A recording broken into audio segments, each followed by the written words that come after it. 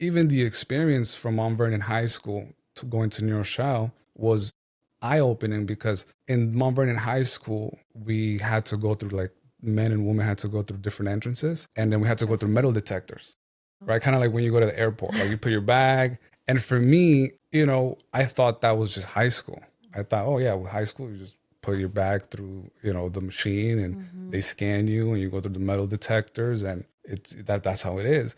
Till I went to New Rochelle High School, and then everybody just swiped their ID and went straight to class. And then it was like, for me, it was like an awakening because I was like, okay, well, that's it. Like, what about you're not going to check if I have something? So all of that, all this change, right? It helped me.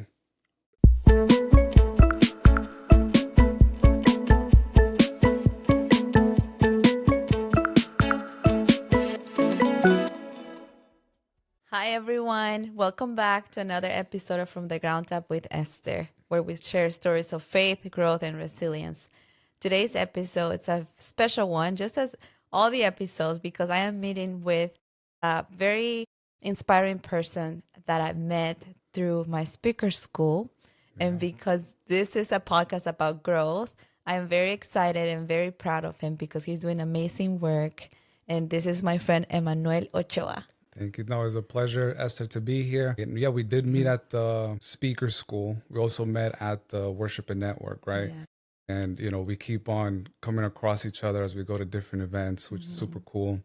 But, it's a blessing to be here because I see you having all these episodes and meeting with all these entrepreneurs. And I'm just like, I want to be part of it. I want to be part of the growth. So I'm very excited to be here. And yeah, no, I look forward to see how all this plays out. Yeah, no, I'm excited to have you here too because, like you said, we met at the speaker school and then we met at Worship and Network, which are communities, and I'm all about community and growing. And I see you growing too because you have two businesses. Correct. Right? Yeah. I am a real estate broker. That's like my career, my main business. And now about a year and a half ago, I started the pet care business with my girlfriend. So, just handling both of them, as an entrepreneur, it's been a lot of ups and downs, a lot of experience.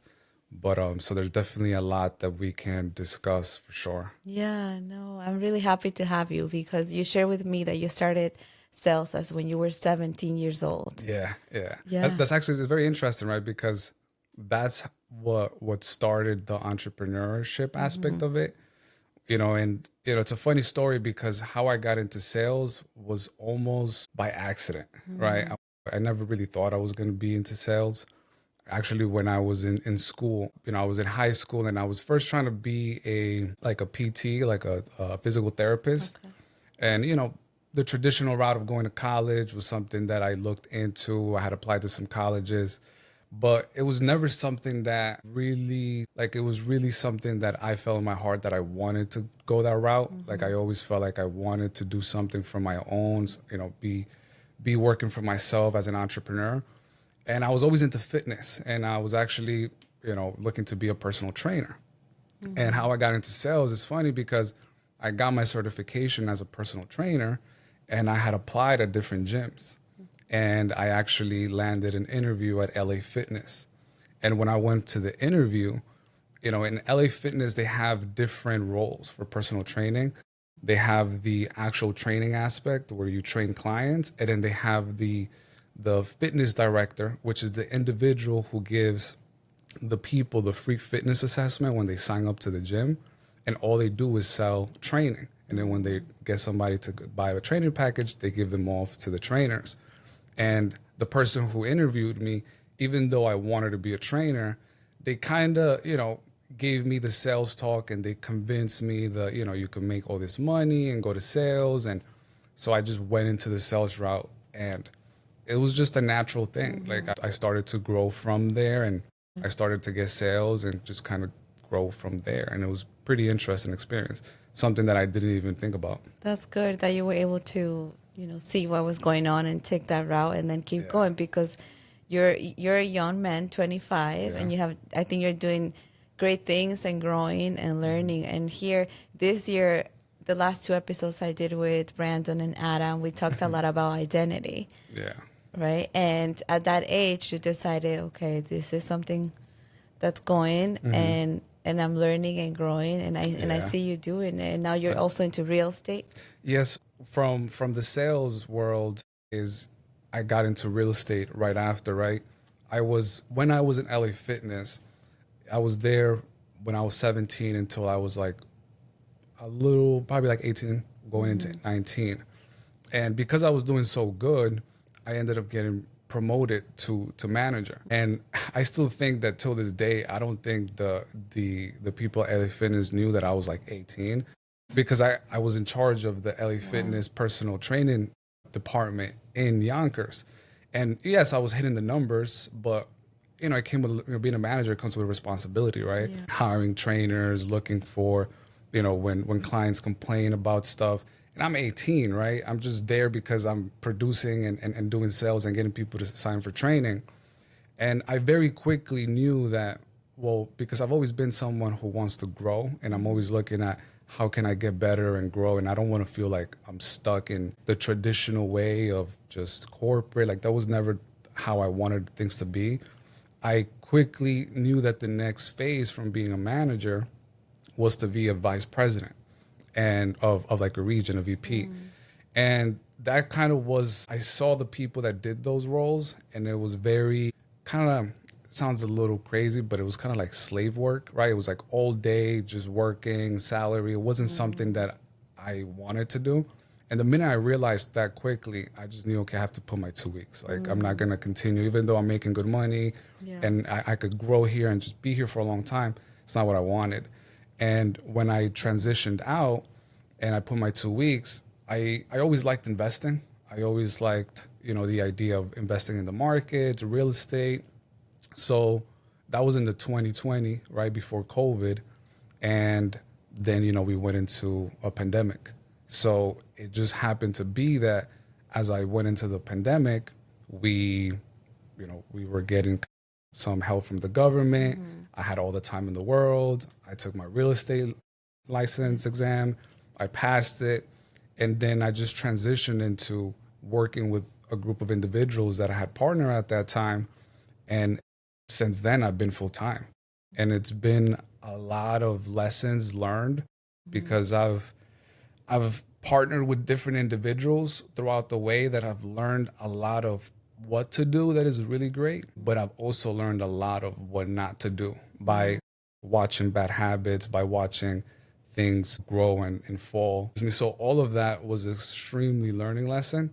And now, I'm more experienced, right? I just turned 25, and I feel like I'm in a period of my life where it's almost like I'm taking all that experience from young into, okay, now it's time. It's like game time. And so it's been a blessing. No, that's great, because it seems like you had a good foundation at Yeah. 17, learning all of that, and you knew Yeah. when to say, okay, it's time to go, because sometimes it's hard to let go of things, Yeah. right? But you said, okay, I don't want this life. I don't Yeah, like no, it. it's tough. I'm going to leave. Correct. Is there someone that you saw an example growing up that inspired you to? I mean, I've always watched different people. You look at people like Tony Robbins, Jim Rohn, Grant Cardone, like all these big influencers within the markets, the self-development routes that have been really influential. A big part of my growth as well has been like my brother. Since I was very young, he always kind of pushed me to think outside the box, from the traditional norms of what, especially as a Spanish, nationality, right? I'm Mexican. There's a lot of limited beliefs that one can grow because, the past generations went through what they went through. And, one of the things that, I was always taught was to save, right? It's like work hard and save. So, and that's something that I learned really well. Like I learned since I was very young, to learn to work hard, to put in the work, to be disciplined, to save my money and just, be conservative, right? But there was always something that always challenged me to, okay, but what's next, right? Like a lot of, it's not just that, there's more to that. And, watching these people, watching their podcasts, their YouTube, and then having my brother who also had that same mindset and always pushed me was something that gave me a vision that perhaps if I didn't have access to, I probably would have been in the traditional hamster wheel of just work hard, get a good job, Yeah. and just save and just, just kind of survive. Yeah. It's good that you mentioned your background and the limiting beliefs because I think we all go through that, right? Yeah. And how, if you don't mind sharing with us, how were you brought up? Because you say you're Yeah. Mexican. You were born here, but from Mexican Yes. parents. How were you brought up, and what is one of the limiting beliefs that you decided to break? So that's actually, I was born in California, right? It's very interesting because I was born in California, but I was raised in Mexico. So I was blessed to be born in San Diego. And then after I was born, my family went to Mexico. And I was raised in Mexico until I was about first grade. So I learned Spanish first. I kind of grew up in the Mexican culture, going to school, with, hanging out with cousins and family. And then there was a point where my family decided, okay, it's time to go back to California. So then, it was just starting from scratch. And then we went back to San Diego, and I was there from second grade to about fifth grade. And it was a very interesting journey because you come to a new country, and when you're a kid, you learn faster. And it's funny because I was actually telling my sister a few weeks ago that I learned English, but I don't actually remember how exactly I learned it. I just know that I ended up just, I don't know, we're learning it, right? And I'm sure there was a learning curve, but I just don't remember exactly. And just kind of going through that process of having to make new friends, having to learn the language, a new culture, and everything was pretty exciting. I mean, San Diego was amazing. I went to a great school and I learned a lot, right? And it opened my mind to a different world. And then when it was about fifth grade, we then decided to come to New York. So then it was like we went from coast to coast, right? And it was again starting from scratch, right? We came to New York, we came to Mount Vernon in Lower Westchester, and again had to go to elementary school, start to make new friends, a new environment, right? New York is totally different than California. So they usually say that when you're a kid and you have all these changes, a lot of people, a lot of parents are afraid to make those changes because it can interrupt the cycle of development of a kid because they're not growing up with their friends, going through adversities, like going through different schools, different places. And they usually say that it could make or it could break you. I could say personally for me, it helped me in my development because it forced me to get out of my comfort zone, right? Going to new school and now I have to make friends again. And then I'm like the new kid at the school and I have to push my comfort zone. And then even just growing up in Mount Vernon High School and going to, middle school and then the high school in Mount Vernon was a totally different experience because then in my senior year, I changed schools again because we moved to New Rochelle. Oh wow! So I don't I moving. know. And the crazy thing is that usually in your senior year, you already like know everything, right? You know where everything is. You grew up with your friends, teachers. Things are more like relaxed. But for me, I was like a freshman and senior in like like the school.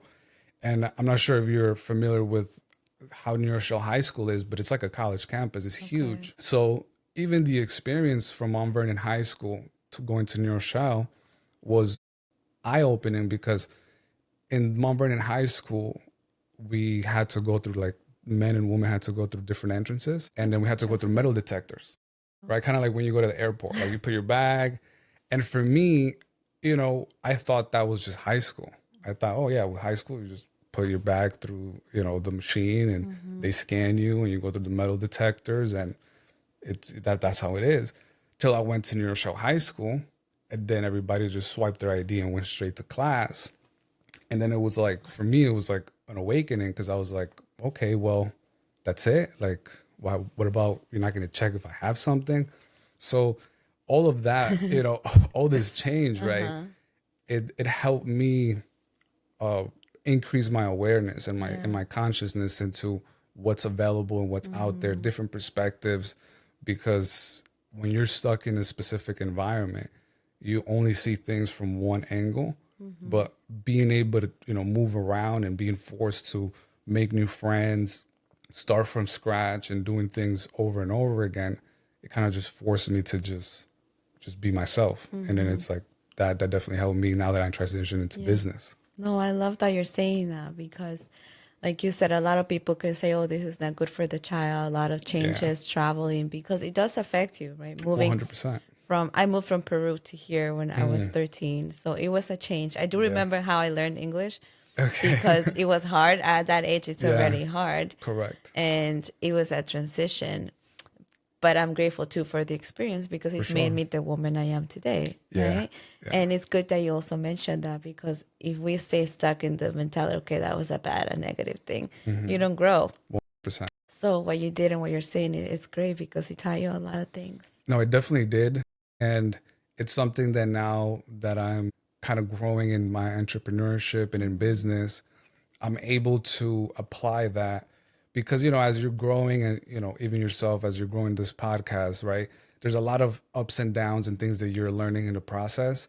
So just when you know or you think you know something, then something happens that just breaks your belief and you're like, okay, there's a whole new aspect to this that now I have to relearn and reshape because I had to always pivot, right? It was like, yeah, I have friends now, I'm at the soccer team and I'm having a great time, and then it's okay, we're changing.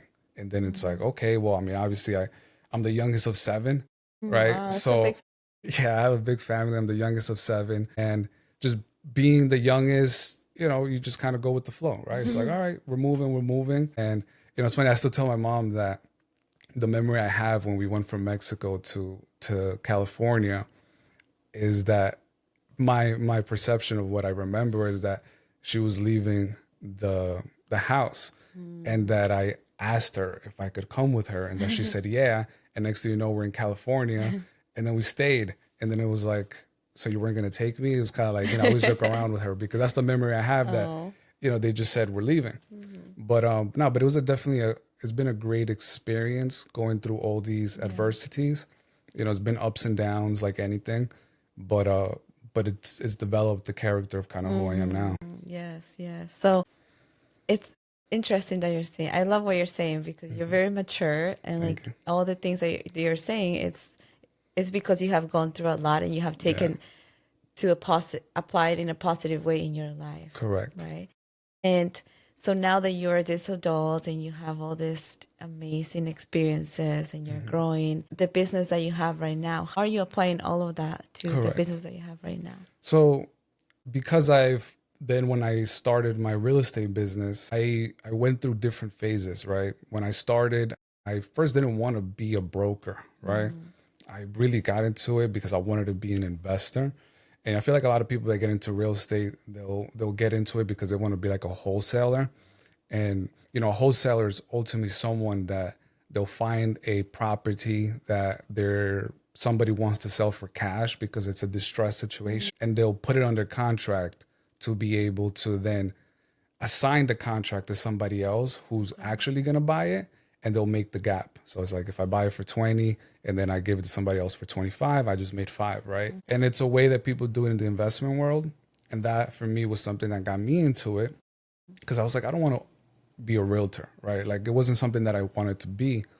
And then during COVID, as I partnered with an individual and we had a vision of growing a team, in that process, it slowly just molded the situation where the opportunity was into being a broker, right? It was during the 2020 market where, interest rates were very low and finding investment deals was much harder because, it could be a house that was completely distressed and you would still get top dollar because it was such a crazy market where there was so many people looking to purchase that they'll buy anything. So from an investor perspective, it was much harder to get a deal because you were competing against end users who wanted to live there. So it made me pivot, right? And every time I pivot, it's something that I'm used to it because it's not something where, a lot of times, a lot of people, when I have conversations with them, they have this expectation of how they want things to be. And when the expectation is not met, it could break them. And now it's like a depressed moment where they're rethinking how to go about things. And I've been blessed that with these experiences, every time there's been a moment where it's like, okay, I have to pivot, it feels more natural. It's okay, what's next? And so it helped me with that. And then it helped me in terms of even the people I was partnered with, right? As one of the lessons I've learned is that the people that you partner with is very important because, it's about sharing the values that you have. And I learned, as I mentioned earlier, I learned a lot of great things from every single mentor I have and partner I've been with. And then I even learned from the negative. And one thing that you mentioned is that what has helped me is looked at things from the positive aspect of things, because even in those negative situations, I think learning what not to do is just as valuable as learning what to do. Because if you know not to go left because you went left, well, now you know that you have to go right. And that for me was extremely valuable. Even in me changing partnerships with who I worked with, I had some changes. So all that has made me kind of be able to pivot. Even in, starting a pet care business with my girlfriend, something that was kind of random. She loves pets. She loves, pet sitting.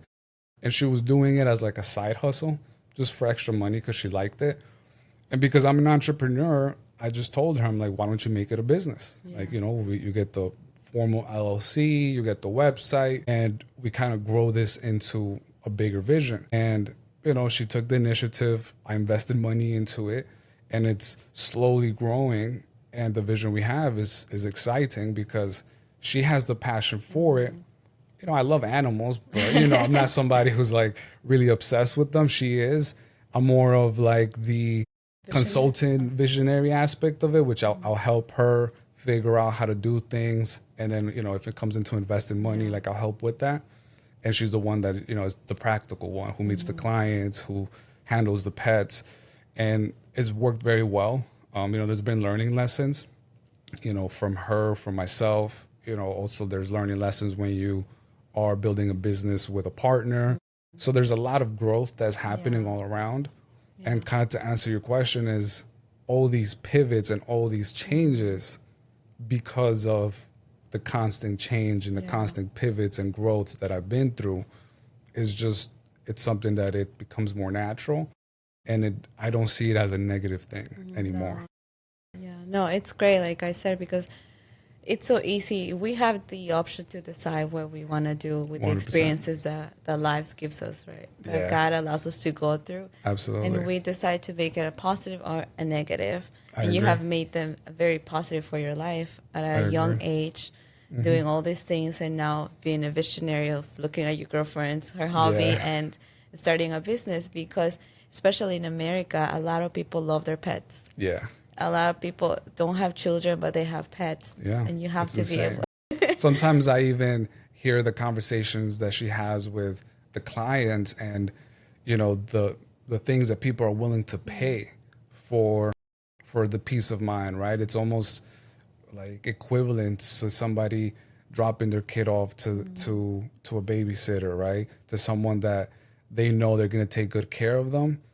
When people have the ability to pay, they'll pay whatever for that safety, right? Because the consequence of not paying or not having someone you trust, then it's much, much worse, right? So I think that's what we're trying to build, because she has a passion for it. And like you said, from a business perspective, the market is there. I think we're it's not like before, like let's say like I'm the youngest of 7. People are not having 7 kids anymore. People might have 1, 2, or maybe even none, and they'll just get pets, right? Like they'll get a cat, a dog, or multiple pets. And because we're also in an economy where people are building and they're working, some might have 2 jobs, some might have a job and building a business, they can't take care of their pets the way that they would want to. So when they're either traveling or when they're working, they'll pay to make sure that somebody's taking good care of them, who gives them a good service, who's always keeping them up to date, and that they know that there's someone that they trust, and that's valuable. No, it is true. You have a big family. Yeah. It's me. It's only me and my sister. So I like that, because you got all the experiences from all your brothers and Yeah. sisters. And yeah, no, I love that. So what is something that you see as a, pet care provider? That's Yeah, what you can it's say called. it. Yeah. Yeah, I don't know anything about pets, Okay. but I'm interested in hearing a story, like something in particular that you going into this business that caught your attention. So for me, right, the reason that I got into the business right in the first place was because of just being around my girlfriend who was extremely interested in animals, right? And her love for pets. I always liked animals. We didn't grow up with pets. My parents weren't like the best pet friendly animals. So we never really grew up with pets. I liked them, but it wasn't never like a passion for me. So I think because she had the passion for actual pets, for the animals and taking care of their souls and just the whole aspect of it, combined with my passion of entrepreneurship, is how we were able to kind of at least start the idea, right? And, you know, as I'm learning, because when I first started, it was also new to me as to what the market looked like. And as I saw how clients would have conversations with her and we would speak and meet with certain people, just hearing people's experiences that were bad, right? Where they'll have like a pet sitter, or sometimes people might want someone to stay in their house all day because they have a pet that's sick or a pet that needs medicine care, and or it's an elderly dog and they need more attention than just walking them outside, or if it's a pet that's aggressive and they need a certain someone who can actually handle them and be able to correct them correctly. All that is more than just, hey, have someone walk my dog, right?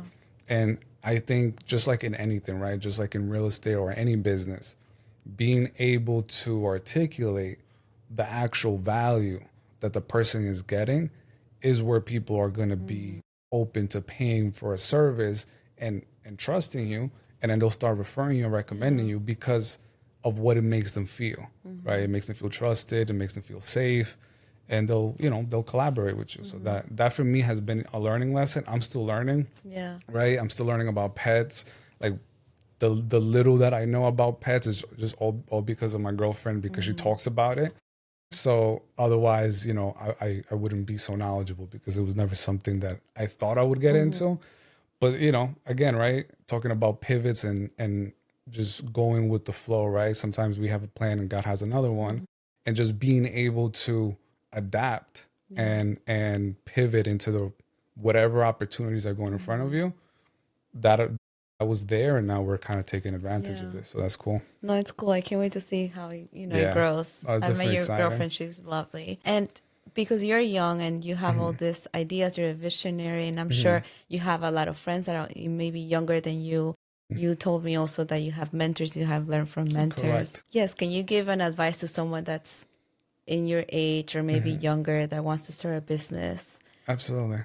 So I think one of the key things that I learned as I developed and as I grew from being a young entrepreneur, being young in business and in sales, is that just because you're young or you have any age, if it's young, if it's older, I think one of the limited beliefs that you first have to go past is the idea that age matters, right?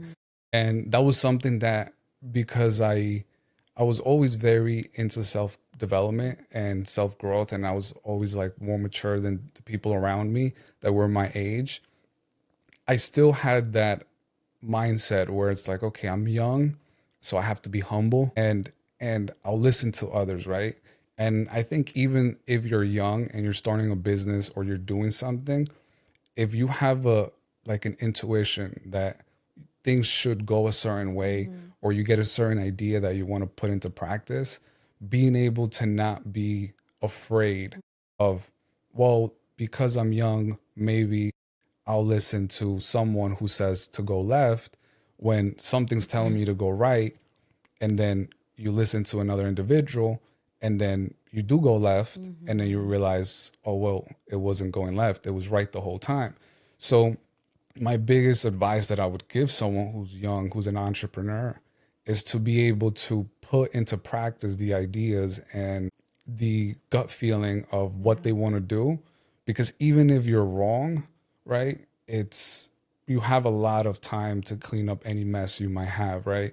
And it's finding that balance between I'm humble enough to learn, to prepare, to listen to other people, but I'm also have to be confident enough that when it's time to execute, I'm going to trust in myself exactly on how to do it and not second guess myself, because that happened to me.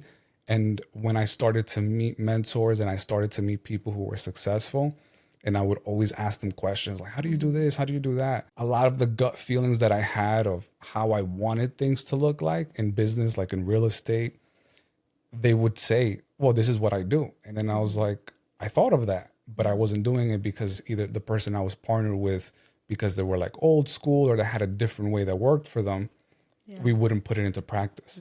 And that's when it validated my intuition in certain things where I said, okay, I have to listen to myself a little more, and I have to just fail on my own, because that's going to be the most growth. And ever since I did that, it has. So that would be a good advice. See, I'm learning so much from you right now. Sometimes we believe, okay, this person has so much experience, I should listen to this person. Yeah. And then we don't trust ourselves. Yeah. And it's so important to trust ourselves. It is. And you know, it's interesting because that was actually part of my speech in the speaker school that I did, was the illusion of experience, because, you know, something that always intrigued me was how come, let's say you could be someone who's been a podcaster for 30 years and you've achieved a certain amount of growth, but then someone who's only been a podcaster for 6 months can have outshined you, right? I've always kind of, you know, tried to make sense of, well, is experience really important as how people say it, right? Because just because you've been doing something for so long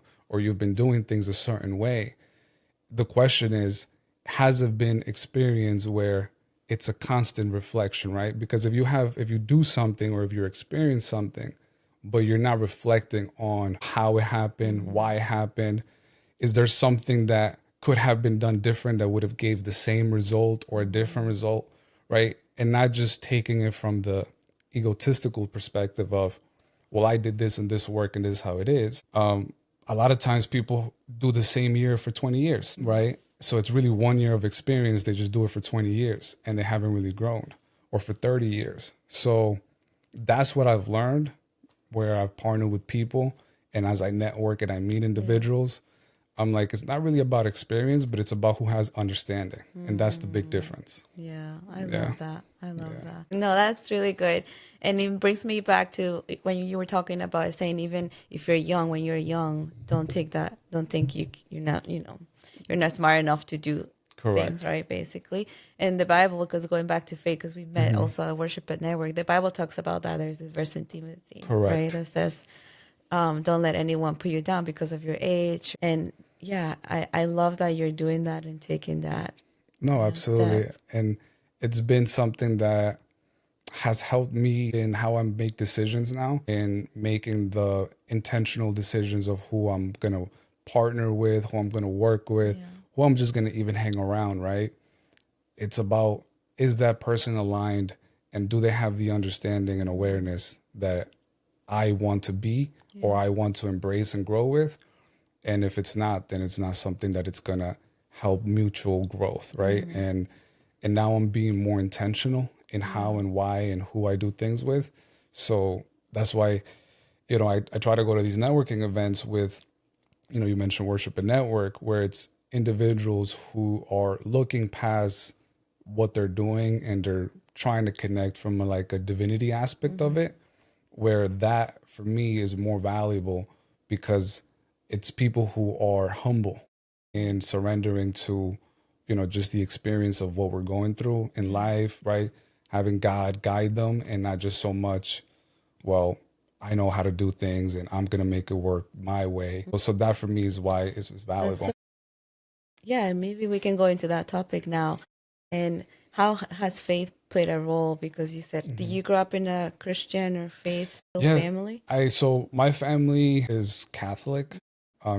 Mexicans are very Catholic. My mom is a super religious Catholic individual. And growing up, a lot of the things that she taught were great and were a foundation of how I do things, even though I wasn't, let's say, the best religious kid, right? Because sometimes I wouldn't listen, and my mom always prayed, and all these things that I kind of reflect now, and I take the intention behind it as to why I do certain things and how things worked. But I grew up in a Catholic, and for me, it's very interesting because I'm a big spiritual person, big person in faith. I don't want to always kind of put a label in myself where I say I'm religious, because I'm also an individual who I look at different religions and I like to learn from all of them, right? I think that in all the different religions, there's a basic message that can help any individual with what they're going through. And from Christianity, from Jesus, from Buddha, from all these different people, it's where I've taken my lessons from. And I look at the things that they went through. And like I said, going through like Worship and Network and all these different Christian-based networking events, it's the essence of faith and energy there that you kind of feed on into keeping you in a humble environment with other people who are also into their faith and growing. And all these experiences has allowed me to learn how to surrender, which has been a big thing for me, because as being a young individual who has this like fire inside that I just want to get things done a certain way, it took me a while to understand what surrender meant, right? And for me, at first, surrender felt like I had to do nothing. And the idea of like doing nothing was very hard, because, you want to like take over the world. And then when you hear surrender, it's like, what do you mean? Like, I'm just not going to take control of my life, right? And that for me was tough to get over until I did. And then I realized that it's better to surrender and go with the flow, because God always has a better plan. Yeah, no, that's so good. That's a word in the church. I grew up Christian, so in the church, the word surrender is always there. And it's something, too, that sometimes we think, oh, no, I don't have to do anything and just leave God do the whole job.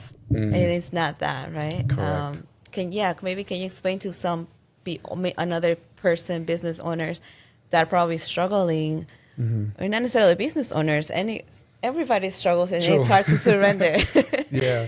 Yeah. I guess for me, the lesson of surrendering, the way that I have understood it is like this, right? It's finding the balance, right? Is I'm going to prepare and do and plan and set goals that excite me, right? That feel true to myself, right? And I'll set up an ambitious big goal, and I'm going to work as hard as I can to make sure that it happens, right? But where the surrender part comes in is that I'll have no expectation of the outcome. So it's like I'll prepare and I'll plan and I'll set this goal that excites me, and I'm just going to work hard for it. But because I don't have expectation on the result, I'm surrendering to the divinity of God to be able to pivot things at any time. Okay. And then I'm always like recalibrating, right? It's like a GPS. It's like I came, from Lower Westchester here to Connecticut. It's like, okay, I'll set up a destination of where I want to go. And if the route takes me a different way, then the GPS recalculates, right? And it's being able to recalculate and pivot where, sometimes we think we want things until things happen, and then we change and we're like, yeah, we don't want that no more, right? And sometimes we're so hard-headed into like, I want this, I want this. And then that's not even the best thing that you actually want or that could happen to you. So I think that balance between set your goals, be ambitious, be excited about them, be passionate about being passionate about it, and just being open where you're not expecting that thing to really happen, where if it's not that, you're just like gonna lose it and lose your mind, because that's the surrender where you let the divinity just come in and take care of things. So that's been that balance for me. Mic drop for really good. Huge, it's been a huge lesson for me, and I've seen a lot of change since I started to kind of put that into play. No, it's great, and it aligns very well with your life right? Yeah. Because what you were saying at the beginning of the Correct. changes and moving, Yeah. and yeah, it has been ingrained in you to be ready to Correct. pivot and adapt to the changes. Because, Yeah. like you said, we can set goals and then get frustrated if things don't go our way. Yeah. But there is beauty in saying, okay, I gotta make a Yeah, no, it's and that's the thing too that I started to really learn and focus on, which is the being detached, right? Because when you're attached to something, you're insisting something to happen and you're not allowing maybe God's blessing to be a different way, right? And one of the things that I've been learning lately about detachment, prior to like the year ending, right? We're always trying to figure out how we plan the new year and, I'm gonna be different. And in that end of the year reflection, one of the things that I learned about detachment that I've been applying to this year is almost the idea of seeing things like a video game, right? And it's like this kind of like this video game theory that's been pretty cool. And how it goes is that, we have our characteristics of who we are that makes us me right now, right? And, Esther has her attributes that make Esther who she's been right now. And usually those characteristics and attributes are based on what you went through, right? Your whole good and bad experiences. But the idea of detaching is that Esther is not that individual. Esther is that is aware of that version of herself, right? So it's like I'm not my emotions, right? But I'm aware of that. I'm that person who's aware of the emotions. I'm not my thoughts, but I'm that person who's aware of my thoughts.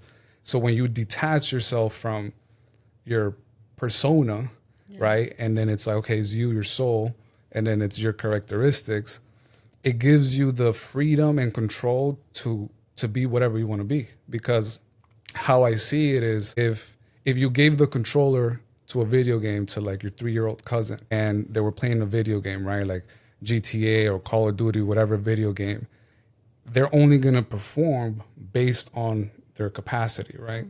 And if you came back and you see what they've been doing in the video game, you'll see that they'll probably did a lot of bad things and they probably messed up here and, they only achieved so little. And the idea is taking the controller back, which is you taking the controller back to yourself and saying, well, what map I want to play, right? Like who I want to be. And then based on who I want to be is what are the characteristics that individual needs. And then that's when you start to focus on your network, right? On your skill sets, on, if I need to work on myself on this, do I need to develop, how to communicate better? Yeah. Do I need to meet certain partners? And all these different things for me has allowed me to be able to start working and being that individual I want to be. And, I learned it a couple months ago, like this whole, like looking at life like a video game. And it's been very interesting. I'm gonna apply that. I love it. Yeah. The detachment part, it's so important. And actually at my last event I had, Building with Intention, Chelsea's talk about that don't get attached to the job, don't get attached to the outcome. And sometimes I didn't realize I was doing that. You're looking for a job, I will get attached to the job without even having the job. Yeah, it happens all the time. And it happens to people in jobs and relationships and careers. I always tell, I joke around with friends and tell people, I'm like, I might be doing real estate now, but maybe in 5 years, I might be selling underwear, right? And it's like, you just don't know because things can change so fast. And maybe selling underwear is the most exciting, best thing you could ever do. And it brings you purpose and fulfillment. And things change, right? Because as let's say Esther changes and she grows and she develops and she changes the way that she behaves, well, you're not going to think the same way this Esther thinks. So you're not going to like the same things. You're not going to have the same goals. So you're going to see opportunity where you never even saw opportunity. So that's why being detached and opened is going to help you more, which is kind of paradoxical because you think that when you give up control, you're not going to achieve the things you want. But when you give up that control of detachment and allow God to be able to be a compass of how things work, you almost start to collaborate together. And it's like a collaboration with like God to be able to go together and not, I'm going to take control. Or even like when sometimes I hear people say, okay, I'm gonna let God take control. But how I see it is more of a collaboration. Like we'll work together. right, will work side by side. Yeah. Because at the end of the day, you're the physical individual and he's the divine. So it's a work together process. Sometimes it's a little, selfish to just be like, yeah, God would take care of it. And then you're not putting in the work. Right. Yes, So, I love that when you say yeah. that, because when I observe people, that a lot of people Yeah. I've met say, "Yeah, I'm gonna let God see what He says." And I'm like, wait, you have to put in the work Correct. to Yeah. do Yeah. the other part. God 100%. has given us free will, abilities, gifts, ideas that are there for a reason. I agree. Yeah, it's a collaboration, and it's I think the free will aspect of it is you allowing the meaning of things to be the way you want it to be, right? Something can happen that could be negative, quote unquote, but it really doesn't have a built-in Yeah. meaning, right? Like if you were driving and you hit your car, you might think it's a negative thing, but then you find out that where you were going, they got robbed and everybody got hurt, and you're like, oh, thank God, my car actually broke down, because I would have been there and then I would have been hurt. So now what was bad was good. So Yeah. things just happen, and I think the free will is us being able to put a value and a meaning to it as to how we want our life to look. Yeah. And I think that's a blessing. No, it is a blessing. Yeah. Yeah. No, you're learning, you're growing to being Yeah. a very wise, smart man. Thank you. I know you're going places. I can't wait Thank to you, see thank the Yeah. pivots in your life and the amazing things that God is going to do. Is there a spiritual exercise or your routine that you could share with us? Interested. Yeah. One of the things that I have been doing lately, and a lot, right? I mean, usually, the traditional like meditation aspect of it, but I think of the surrendering and putting it into practice, into just even doing things without an expectation and starting small, right? Like you got to build up that it's a muscle. So one of the spiritual exercises that like I have done is that if someone tells me to do something, right? Let's say if I came here to this podcast, it's like I'm not going to say no to it unless obviously I feel like it could be like a dangerous thing, right? But it's just having that discernment where it's like, okay, it's a new opportunity. I'm not gonna have any expectation of what it's gonna be. It could be a total disaster. And it's like, okay, I don't really care, right? And having no expectation into it and just being the best you could be in that moment, and then just letting things play out, right? Obviously, you prepare the best way you can, right? You sharpen your skill set so that you could perform, but you don't have any expectation, right? And I think that the spiritual exercise is just allowing myself to just not have any decisions that I make that are influenced by a certain mood or a certain emotion, and just letting it be, like just letting it express itself out. And meditation is a good way to practice that. And even in the small tasks that you do, right? If you're gonna cook some food or you're gonna order something, don't have an expectation into how it's supposed to taste, or if it's I'm gonna like that or I'm not gonna like that. just do it, and then you might prefer it or you might not prefer it. And I think starting small and then you build bigger will build that muscle for you. Yeah. I hope it tastes good though. Yeah, right. You want it to taste good, because if not, you'll write a bad review. Yeah. Small steps, that's what builds sure. muscles. Even Yeah. everything, I think God is so wise and so smart in life, because Yeah. He's given us all these simple examples that we can follow and apply in Oh, our regular 100%. lives, like the muscle part. When I started going to the gym, I started with like 5 pounds, little by little, and then 10 pounds and 20 pounds. Now I'm doing Correct. 40 pounds. I'm doing the leg thing, and Yeah, then the that just- 300 pounds on the pushing machine. No, there's so many different, like it's funny because even you said like the spiritual exercises, right? Just like how in the gym, there's so many exercises, right? I think whoever wants something to get done, it's about just having the will to do it. And there's going to be a way, right? Because there is no right way. It's just what feels natural to you. Just like you go to the gym, there's no exercise that, well, this exercise will build your quads better than this one. It's like there's so many different ways, and you have people that are extremely strong and they have a great physique, and they do home workouts only, and they'll tell you that's the best thing that you could do. And then you have somebody else who does only machines, and because they think that free weights is not good. And so there's so many different ways, same as like spiritual wise, same as when people say, well, this is the way you'll get to God. It's like, okay, that's one way. And that might work for you, but what works for the other individual is up to what their path and how they feel that connection to be.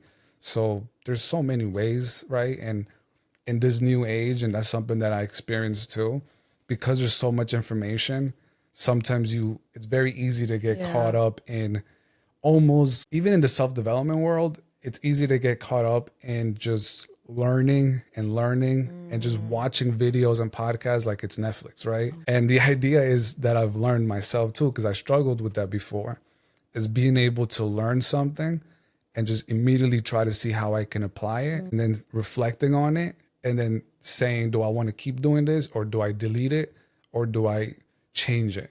And it becomes more intentional in how you grow, because I used to just consume so much knowledge like it was Netflix, right? And so then you're left with a library of books, but little application.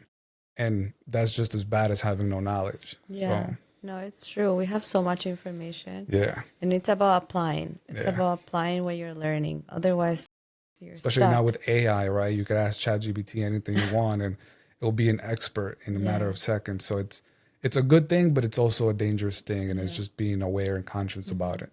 It's true what you were saying, actually. And last night I did listen to a video of this guy saying, there's so many people that are watching this video. He said it that are watching this video are not going to do anything with it. And it's not about keep watching and watching all this learning expertise if you don't apply at least one thing. And because then it's the same as not knowing, right? yeah. I think if it's like, if I know it's gonna snow and I don't prepare, and now I'm stuck in my house and my house is a mess and it gets all icy, it's the same as the individual who didn't even know it was going to snow, because now you have two people that didn't prepare and have the same result. One knew about it and one didn't, but none of them took action. So that for me was a huge learning lesson, and now I'm being more intentional in my action, right? And sometimes I still get caught where I'm like watching a video and then I watch another video and I'm like, oh, that's some cool stuff, and then I'm like, okay, well, I just learned all these different things, but I haven't even applied it. Or I'll catch myself doing a mistake and I'm like, wait, I learned about that like a couple weeks ago. Then I'm like, okay. And it's just, it's being okay with making mistakes, right? And that's the whole thing of not holding yourself to an expectation, where it's okay, like if you mess up and you're like, damn, like I knew better and I didn't do it, but it's like, okay, like what did I learn from that? And that's kind of where I'm at too. I mean, I'm still learning a lot. There's still a lot for me to grow. The more I know and learn stuff, the more I know like I don't even know anything. And then there's just so many levels to life, to business, that you're always going to be a rookie to the game. As long as one always understands that, then you're always going to be growing. I think the minute you think you know something, it starts to become dangerous, because then you think that, well, I shouldn't learn a different way, right? Like if I've been a podcaster for so long, like I shouldn't listen to Esther because I know better. And that's when it gets dangerous. That's a bad thing, Yeah. No, I it's agree. true. No, thank you for sharing all of this. Thank you. Gems. Oh, thank you for having me here. No, I love it. And the name of the podcast is From the Ground Up with Esther. Correct. And can you tell me, what does it mean to build from the ground up for you? Oh, I think that's a beautiful question. I think to build from the ground up is to embody the essence of creation, right? I think when you embody the essence of creation, which is what we all have access to, which is what God is ultimately, it's the building something from a simple manifestation of an idea, right? You could have been sleeping and you had a dream about you doing a podcast, and now you're like, I'm gonna do it, right? Or you got inspired by somebody and it was just in your head, and now, we're here, right? So I think building from the ground up is being able to build that creativity and creating something out of nothing, and then just having an impact on other people who are now going to receive what you create, internalize it, and then they'll embody that same essence and create their own thing. At the end of the day, we're all building from the ground up, and it's just different levels to it. So I think it's equivalent to creation. So. Oh, I love it. I like that. See, I like asking this question to hear what people will say from their experiences. And I like what you just said. Yeah. Thank you so much for being here. And can you tell us the name of your businesses? Where can people find you? Absolutely. Yeah. So, I'm a real estate broker. I am partnered with Real. I'm also partnered with Synergy Team. I have Chester's Paw Petcare, which is the pet care business. You guys can follow me on Instagram at Ochoa Real Estate NY. You could also find the Chester's Paw Pet Care business in Instagram, Chester's Paw Pet Care. You can follow me on LinkedIn, Facebook under Emmanuel Ochoa. And I would love to build a community. I'm going to be more present and intentional even in the content I'm going to start creating. So I have a lot to share, a lot of collaborations. So it should be very exciting to meet new people who might see this and might want to connect and learn more.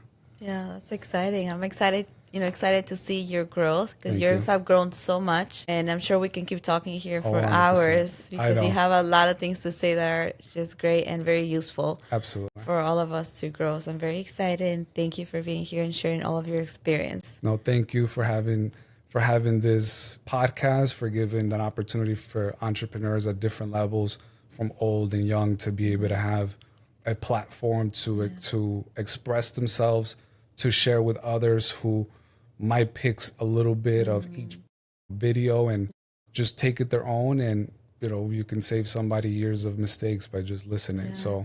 So I really appreciate your facilitation. Thank you so much. Thank you, And thank I you. appreciate you saying that because this is what the podcast is about. It's about learning and growing together. So if you're listening, and I invite you to please subscribe on YouTube channel and follow on Spotify and iHeartRadio. And I do want to say that this video is sponsored by Mary's Alfajores, which is melt in your mouth cookies filled with dulce manjar. And we're located in Norwalk, Connecticut. So you can follow on Mary's Alfajores. And thank you one more time for listening. And please don't forget to share and comment on this video. And just keep learning as we go with other guests, other entrepreneurs, because we're here learning together and we're growing from the ground up. So thank you guys. Have a great day. Thank you. Yeah. Perfect.